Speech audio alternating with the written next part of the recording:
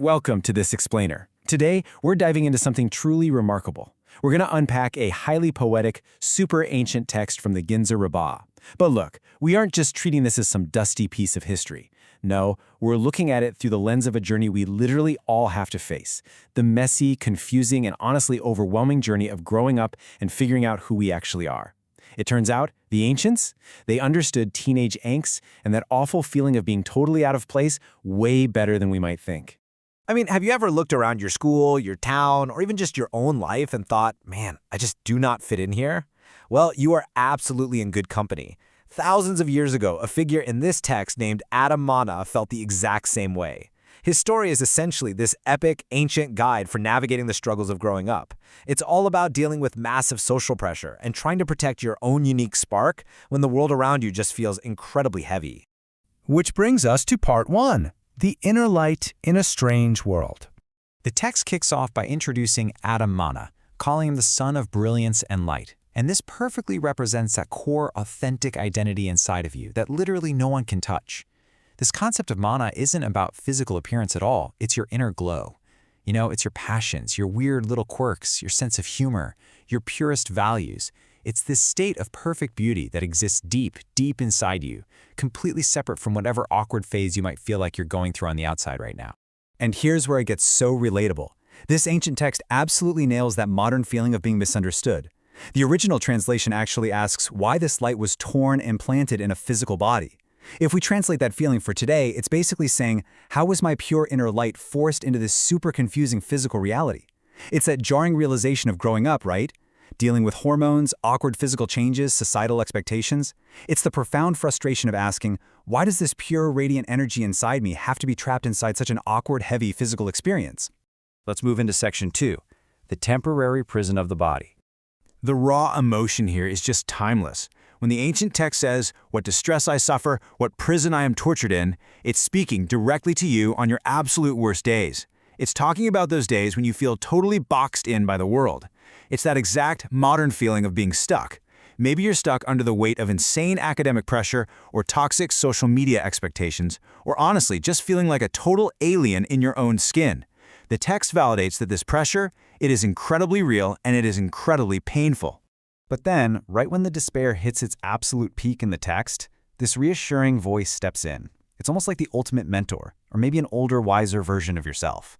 This voice gently reminds Adam Mana, and by extension you, that this uncomfortable feeling of not fitting in, this feeling of being restricted by your current environment, is entirely temporary. It says, you are not immortal in it. High school isn't forever, guys. Your current struggles are not your final destination.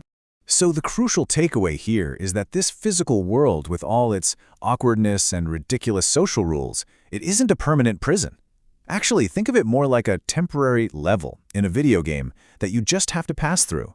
You have to spend some time here, sure. You learn the lessons, you deal with the boss fights and challenges, but it is not where you belong forever.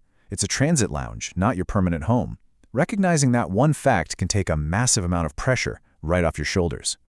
This leads us to section 3, faith as a shield against sadness. The text offers this amazing, totally timeless piece of advice. Use your inner light, your self-belief, your faith, your true identity as a literal shield.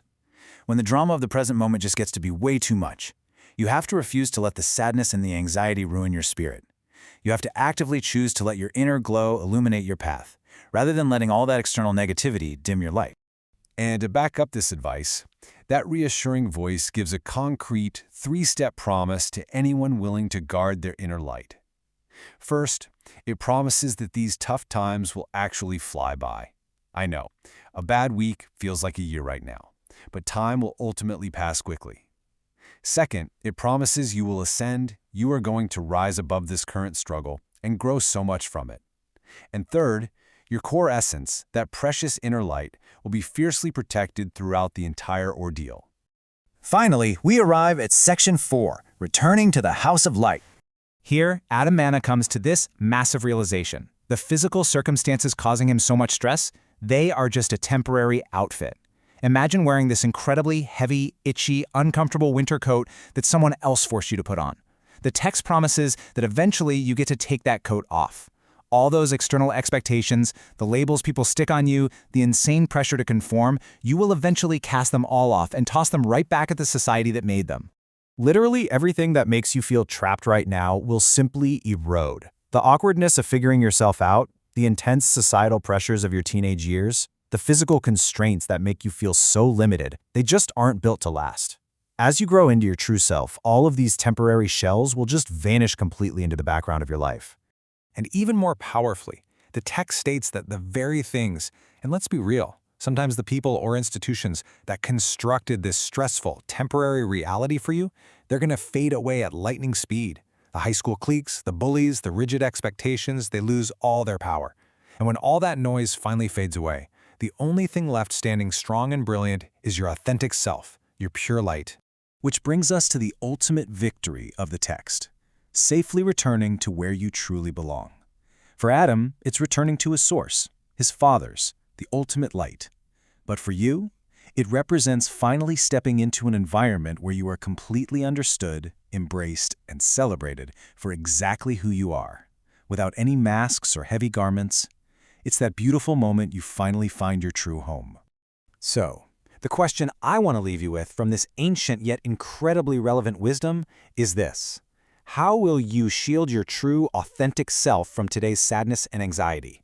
How are you going to protect that spark right now so that when the time comes, you are completely ready for your ultimate ascent? Keep your light safe, you guys, because it is exactly what the world needs.